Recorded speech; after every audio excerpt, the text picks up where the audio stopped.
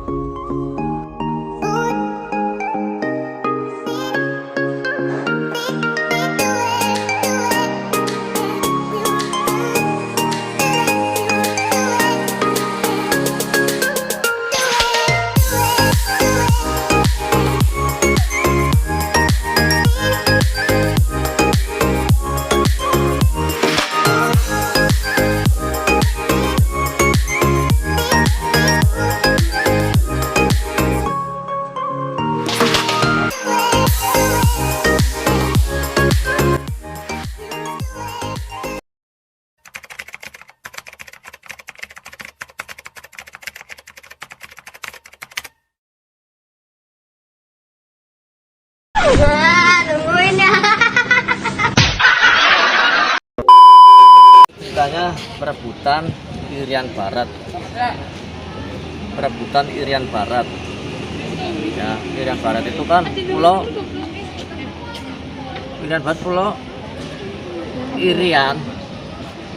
Nah, ceritanya itu malam-malam 3 kapal itu patroli ke wilayah Irian Barat, ya kan. Nah, ternyata dari hasil deteksinya orang Belanda itu mengetahui bahwa di situ saat ini ada kapal yang sedang patroli.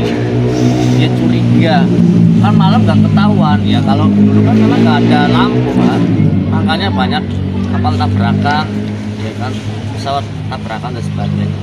Nah, akhirnya pesawat Belanda ini menembakkan peluru ke laut. Dang, tujuannya bukan ngancurin tapi ngelihat benar nggak di situ ada kapal.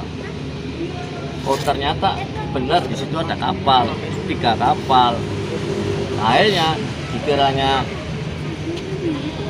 pahlawan kita Alri itu dia mau ngepur, istilahnya mengadakan penyerangan, dan Belanda pun sempat kalang kabut karena jenis ini jenis torpedo, senjatanya besar, makanya dia memuntahkan peluru di sini, dang. Akhirnya tempurlah antara kapal dengan pesawat. Nah, karena beliau nggak mau mati konyol, kapalnya tahu macan tutul, harimau, dan kumbang. Nah, ketika kapal ini harus diselamatkan, tapi nggak mungkin kan, pasti Belanda nyerang. Nah, Komodor Utasa nggak mau kita mati konyol. Akhirnya 2 kapal ini, harimau dan kumbang, dikontak sama macan tutul yang ada Pak Yosudarsonya. Sudah, kamu pergi aja, biar saya yang nangani. Akhirnya macan tutul membabi buta, dalam arti biar pesawat ini menunjukkan ke macan tutul. Nah, bener, pihak Belanda terpancing. Wah, ini yang bahaya. Akhirnya digempur, dua kapal ini sempat lari Harimau dan Kumbang. Dia lari, ini ternyata dihajar pas tengah-tengahnya jeder, masih jalan juga, hajar belakangnya jeder, tenggelam lah. Tapi sebelum beliau meninggal, dia sempat mengirim berita lewat telegrafi atau radar. Nah, memberikan semangat pertempuran secara gentle and brave. Jadi secara gentleman, jangan jadi pengecut. Akhirnya beliau gugur di Laut Aru. Itu. Ya. Inilah sejarah pertempuran Laut Aru. Ya.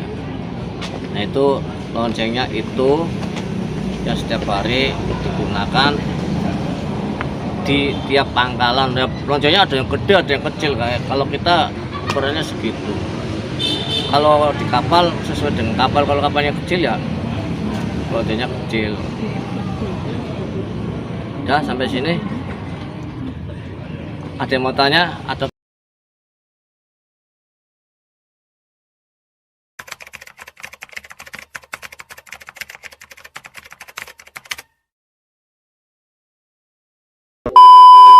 di Pramuka ya, di Surabaya, karena saya pernah kursus. Jadi cerita dongeng sebelum bobo. Jadi dulu itu kapal nelayan kan bangsa Indonesia terkenal pelaut ya, bangsa pelaut yang apa istilahnya super lah. Nah, jadi tiap kapal melintasi batas Katulistiwa, itu kapal itu selalu hilang. Baik kapalnya sama orang-orangnya hilang, nggak ada batang itunya. Nah, dari orang-orang pintar, oh mungkin di sini ada penunggunya. Nah, cerita nakodanya, kapten kapalnya rundingan. Kira-kira gimana ya untuk bisa kita ngelabui setan. Nah, akhirnya kumpul pada hari tertentu. Nah, pada hari tertentu juga ditentukan, ayo kita bareng-bareng ke perbatasan. Nah, di situ nakodanya atau orang-orang pintar kapal itu menyampaikan, hei hantu laut, kalau kamu memang penguasa sini, kamu muncul di permukaan. Dia nggak mau, bingung kan, dipanggil hantu laut nggak mau, dipanggil ini nggak mau. Kayaknya dia secara halus dia dinamakan dewa laut. Dewa laut, kalau kamu memang penguasa sini, muncullah permukaan, saya pengen tahu wujudnya. Akhirnya dia muncul, ya muncul setan. Begitu muncul, setan ini ngomong, kamu mau apa? Ganggu orang saya semua, saya lagi tidur, kamu kok ganggu? Saya kepingin negosiasi dengan kamu. Kalau kamu yang penguasa sini, coba tunjukkan kehebatan kamu. Akhirnya memang dia menunjukkan kehebatan, ya disentak aja goyang laut ya. Udah, cukup. Akhirnya terus kedua, kenapa sih teman-teman saya pada saat melintas daerah sini kok hilang? Kok hilang? Setannya nggak terima, dewa lautnya nggak terima. Kamu ngapain musik-musik saya itu penguasa sini, kamu nggak usah turut campur. Tambah bingung lagi kan, caranya gimana? Dia sudah dihalusin, nggak mau dikasarin juga ditambah kasar. Oke lah, saya nggak mau bicara. Saya kapan-kapan mau kesini balik lagi, Pak S, para nelayan pelautnya balik lagi rundingan. Gimana ya caranya biar kita moderni setan? Ternyata timbullah ide yang cemerlang sampai sekarang dipakai pelaut seluruh dunia. Jadi dengan perjanjian secara manusia, dia bilang, oke lah, kita kelabui hantu itu. Gimana kalau kita ngomong, kalau kita membunyikan lonceng lebih dari 8 kali, kita boleh dibunuh. Caranya gimana? Oke, nanti kita hanya membunyikan 8 kali aja, 8 kali, tapi dibunyikan 4. Jadi setiap 1 jam itu bunyinya 2 kali, teng teng teng teng teng. Jadi jam 12 itu dibunyikan 8 kali tapi 4, teng teng ya, teng teng teng teng teng teng, kan 8 kali ya. Nah nanti kalau sudah 4 jam balik lagi ke 1, dari setengah 5 kita, atau setengah 4, setengah 1 balik lagi ke 1. Jadi habis 8 kali kita bahas 9, bahas 10, tapi ke 1 ya, dari diulang lagi dari 1 sampai 4 jam sekali. Akhirnya yang kesepakatan itu dia ke sana, bangunkan lagi setan demit itu yang penguasa laut. Nah, dia disanjung-sanjung dengan sesajen dan sebagainya, mintanya apa dituruti. Akhirnya punya cerita, oke lah, kamu boleh membunuh teman saya, tapi ada syaratnya. Kalau teman saya membunyikan lonceng di tengah laut sampai lebih dari 8 kali itu. Nah, sampai detik itu, sampai dari mulai perjanjian itu sampai sekarang, angkatan laut sedunia tidak akan membunyikan lonceng sampai lebih dari 9, enggak lebih dari 8 kali. Habis 8, 1. Itu berlaku di kapal, tapi kalau di darat jam istirahat gak dibunyikan. Kayak maksudnya di darat itu di pangkalan gak dibunyikan. Nah untuk sekarang kalau di kapal ini saya juga ya, kalau di kapal sudah jam 8 itu menunjukkan waktu.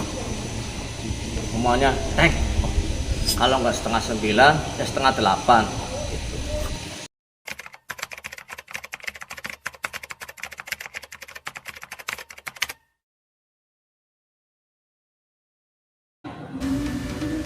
Ya mungkin karena ada faktor kesengajaan, saya juga nggak tahu, bakar nggak diurus. Kalau nggak diurus kan bangsa demit kan seneng.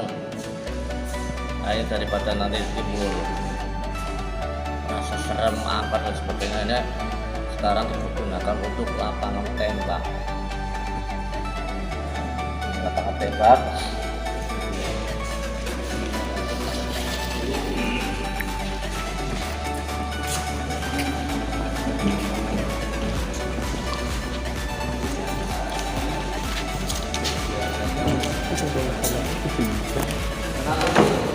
itu Pak, karena peluru tajam.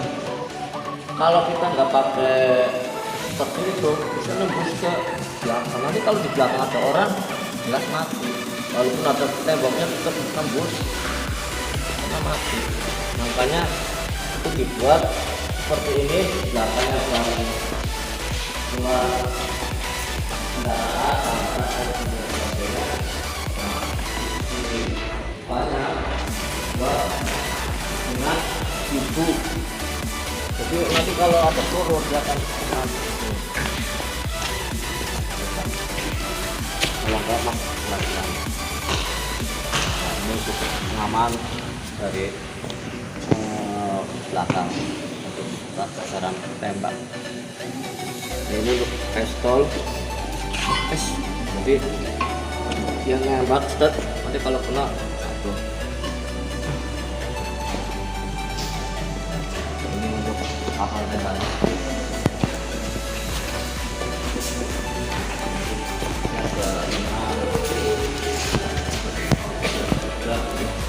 Ketika hit atau sasaran tembak, jaraknya tetap dari sini ke 50 meter. Ini jenis pistol.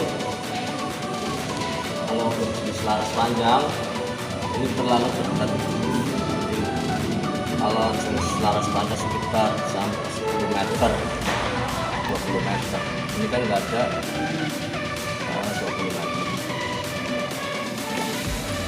Sekarang untuk kegiatan lapangan tembak sama tembak pistol. Ada lagi mau tanya?